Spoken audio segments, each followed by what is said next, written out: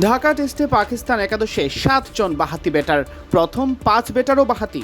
তবু একাদশে রাখা হয়নি অফ স্পিনার নাইম হাসানকে। আছেন বাঁহাতি স্পিনার তাইজুল ইসলাম, সঙ্গে অফ স্পিনার মেহেদী হাসান মিরাজ। প্রতিপক্ষের 7 বাঁহাতি ব্যাটার বিবেচনায় বাংলাদেশের অফ স্পিনারদের সফল হওয়ার সম্ভাবনাই বেশি।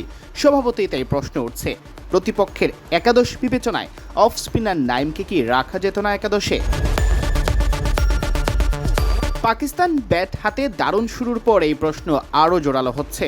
জোরালো হবেই বা না কেন, নাইম যে ফর্মেও রয়েছেন, তবুও তাকে সুযোগ না দেওয়া নিয়ে এবার মুখ খুললেন সিনিয়র সহকারী কোচ মোহাম্মদ সালাউদ্দিন।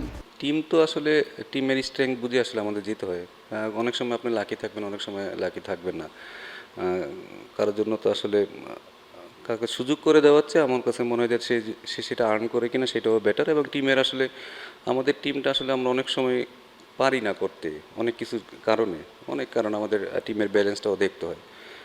আনলাকি বলবো না, সে হয়তো আবার যখন আসবে তখন হয়তো সে ভালো ভালো করবে, বাট সে তার চেষ্টা করতেছে, যখন সুযোগ আসবে সে তখন খেলবে। এরপর বিদায়ী এই কোচ জানালেন তিনি যুক্ত ছিলেন না একাদশ বাছাইয়ে। নর্মালি টিম সিলেকশন বা ইয়েতে আমরা আসলে থাকি না, তারপরও আমার কাছে মনে হয় যে স্পেশাল ইনিংসের খেলায় রাইটি লেফটি চিন্তা করাচ্ছে, কারণ ওরা তো পরপর 3টা লেফটি নামছে। খুব বেশি অসুবিধা হয়েছে।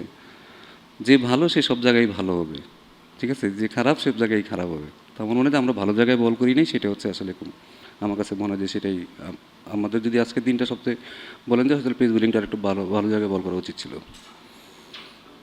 পাকিস্তানের বাঁহাতি ব্যাটাররা যখন ভোগাচ্ছেন বাংলাদেশকে, তখন অফ স্পিনার নাইম হতে পারতেন দারুণ সমাধান। সর্বশেষ খেলা সিরিজে শ্রীলঙ্কায় 5-ও পেয়েছিলেন। একমাত্র উইকেটটিও নিয়েছেন অফ স্পিনার মেহেদী হাসান মিরাজ। সম্প্রতি বিসিএলে আবার নাইম স্পর্শ করেন 300 উইকেটের মাইলফলক।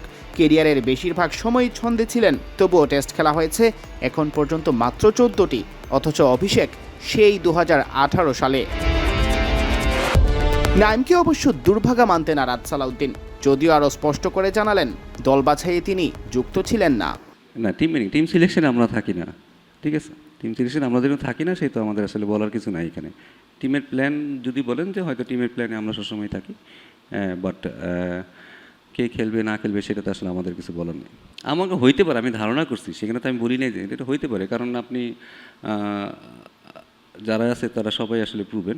এখানে কাউকে তো আসলে আপনি ফেলে দিতে পারেন না, এবং আপনি এক্সট্রা বলার নিয়েও যেতে পারবেন কিনা সেটাও আপনাকে চিন্তা করতে হবে। সিয়াম চৌধুরী, বিডি ক্রিক টাইম।